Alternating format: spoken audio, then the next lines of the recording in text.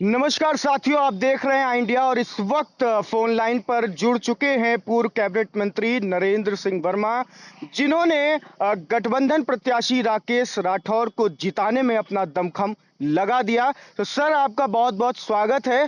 क्या कुछ कहना चाहेंगे आज की जीत पर? बहुत बहुत धन्यवाद।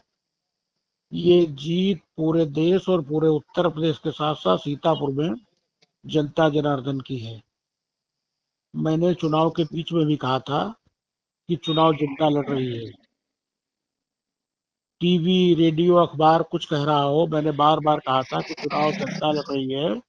और जब जनता चुनाव लड़ती है तो उसके आगे सब कुछ बेबस हो जाता जी। है ना।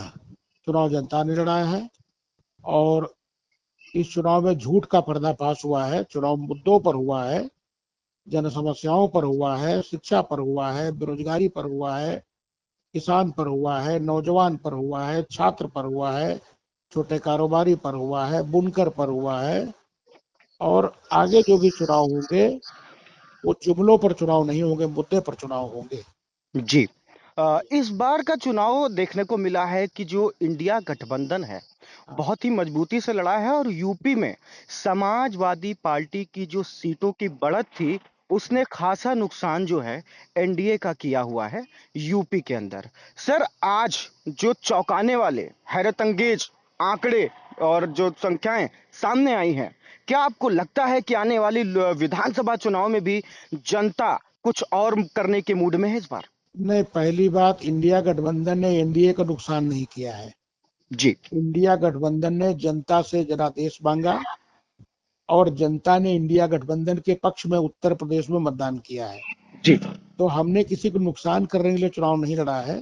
जी। हमने लड़ा कि किसान का कर्जा माफ हो, हमने लड़ा कि बेरोजगार युवाओं को सरकारी नौकरियां मिले, हमने लड़ा कि संविधान बचा रहे, हमने लड़ा कि आरक्षण बचा रहे, हम लड़ते रहे कि गरीब महिलाओं को उनके हक का पैसा मिले। तो ये इंडिया गठबंधन ने किसी को हराने के लिए चुनाव नहीं लड़ा। हम जनता से जनादेश मांगे तो खुद को जीतने का चुनाव लड़े हैं। और इसका फर्क निश्चित तौर पर 2027 के विधानसभा में उत्तर प्रदेश में बहुत ज्यादा पड़ेगा। और जी। उत्तर प्रदेश में जो अभी हाल है, लगभग मुझे लगता है 40 के आसपास सीटें इंडिया गठबंधन जीत रहा होगा। तो निश्चित तौर पर पूर्ण बहुमत की सरकार 2027 में इंडिया अलायंस की श्री अखिलेश यादव जी के नेतृत्व में बनेगी, ऐसा हमारा पूर्ण विश्वास है। जी, सर, मैं आपको बता दूं कि एक बार मैंने आपका आई इंडिया पे साक्षात्कार लिया था। उसके बाद राजनीतिक गलियारों में हलचल शुरू हो गई थी। जनता के मन में, नेताओं के मन में, पक्ष विपक्ष के नेताओं के मन में एक प्रश्न था कि क्या नरेंद्र सिंह वर्मा भी चुनाव लड़ेंगे, और अगर लड़ेंगे और तो उनके प्रबल संभावनाएं भी आगे बन सकती हैं। निश्चित लोगों का तौर ऐसा पर मानना था। निश्चित तौर पर समाजवादी पार्टी ने मुझे चुनाव लड़ने के लिए कहा था, लेकिन मेरा स्वास्थ्य नहीं ठीक था। जी। मैं 18 तारीख को बैक बोन का ऑपरेशन कराया हूँ, 10 तारीख को हमारी बेटी की शादी थी। जी। हमने अपने राष्ट्रीय अध्यक्ष से कह दिया था कि पारिवारिक और शारीरिक कारणों से हम जी। चुनाव नहीं लड़ रहे हैं। क्योंकि 13 को मतदान हुआ और 18 को हमने अपनी बैक बोन का ऑपरेशन कराया है। जी। और 13 के मतदान के पूर्व 10 तारीख को हमारी बेटी की शादी थी। हम अपने पारिवारिक और शारीरिक कारणों से चुनाव नहीं लड़े, लेकिन इंडिया गठबंधन को जिताने के लिए हमने और हमारे साथियों ने जो प्रयास हो सकता था वो किया और उसमें हम लोग सफल हुए। सर, जो संख्याएं आई हैं, जो एनडीए और इंडिया की आई हैं, अभी इस बीच में भी नीतीश जी का रोल देखा जा रहा है, अन्य छोटे छोटे दलों का और राजनीतिक जो समीकरण है उनको जोड़ा और घटाया जा रहा है, और ये अनुमान लगाया जा रहा है कि आगे आखिर क्या कुछ परिवर्तन होने वाला है या क्या कुछ होने वाला है। आपको क्या लगता है, आप क्या कुछ कहना चाहेंगे कि आगे जो सीटें आई हैं एनडीए की और इंडिया की आई हैं, आगे क्या माहौल बन सकता है? अब ये तो बड़ी हाई प्रोफाइल बात हुई, जनता का जनादेश करीब करीब आ गया है। और उस जनादेश के बाद दिल्ली में गठबंधन की सरकारें बनेगी, है ना। जी। तो ये तो हाई प्रोफाइल बात हुई, हमारे स्तर के ऊपर की बात जी। है ना। आगे जनता के जो जनादेश के बाद जो है दिल्ली में सरकार बनेगी और जो भी सरकार बनेगी वो जनहित का काम करेगी। जी। आपने चुनाव में लगातार जो है बीमारी के चलते शारीरिक समस्याओं के चलते भी लगातार जो आप लगातार लोगों के बीच बने रहे।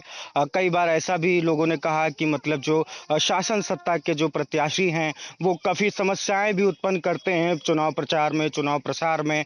इन सब चीजों के बाद आप लोगों ने जिस तरीके से इस मुहिम को संभाला है, तो ऐसे में जो लोग थे जिन्हें लग रहा था कि भाजपा बहुत आगे जाएगी, एक अचानक से जो परिवर्तन हुआ है, विधानसभा में भी परिवर्तन हो सकता है या नहीं होगा, ये तो खैर जनता तय करेगी। तो सर, जितनी आपने मेहनत की है, क्या आपको लगता है कि उसका रिजल्ट आपको मिल गया आज? हाँ जी, बिल्कुल रिजल्ट मिला। ये चुनाव एक तरफ जनता समाजवादी पार्टी इंडिया अलायंस लड़ रही थी और दूसरी तरफ सरकार लड़ रही थी। जी। सरकार के अधिकारी, कर्मचारी, प्रधान को, डीटीसी को, कोटेदार को, ठेकेदार को, जनता को धमका रहे थे जी। कि परिणाम के बाद आपको देख लेंगे। इस संसार में देखने वाले केवल दो लोग होते हैं, या तो जनता जनार्दन होती है या परमपिता परमेश्वर होता है। इसके अलावा कोई देखने वाला नहीं होता किसी का। और जी। लोकतंत्र में सरकारें आती हैं, जाती हैं। जनता के जनादेश का हम लोग पालन करेंगे और जनता के बीच में रहेंगे। सर, अंतिम प्रश्न आपसे है कि इतना सब कुछ होने के बाद अभी भी महमूदाबाद में या जिला सीतापुर में ऐसी क्या खासा नाराजगी थी पार्टी के प्रति, प्रत्याशी के प्रति, जो आपको लगता है कि एक जनाधार, जो मजबूत संख्या का जो जनाधार था, वो बीजेपी का दांव छोड़ करके गठबंधन में आ गया?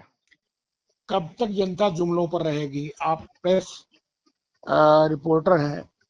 सीतापुर में महाविद्यालय बंद पड़ा है, सीतापुर विधानसभा क्षेत्र में। मिश्रिक विधानसभा क्षेत्र में महाविद्यालय बंद पड़ा है, ट्रामा सेंटर बंद पड़ा है। ये अखिलेश जी के कार्यकाल में स्वीकृत हुए थे, बने थे।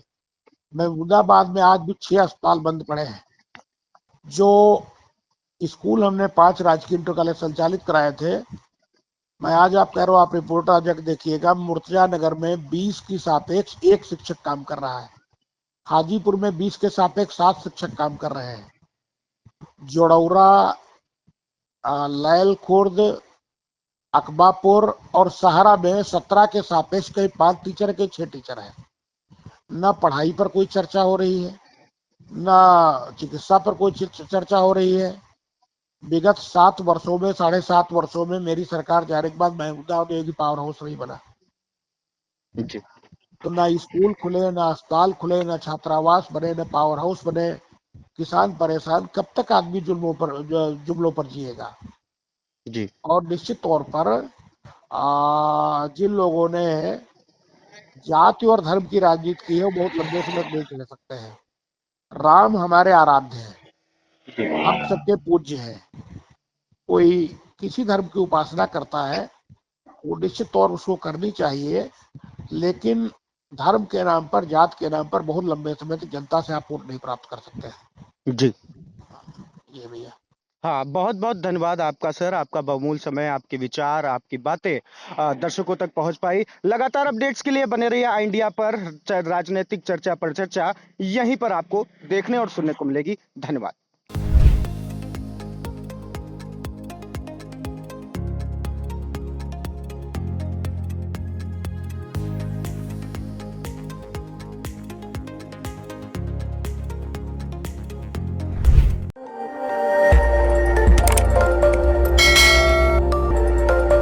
खबर आपकी, नजर हमारी।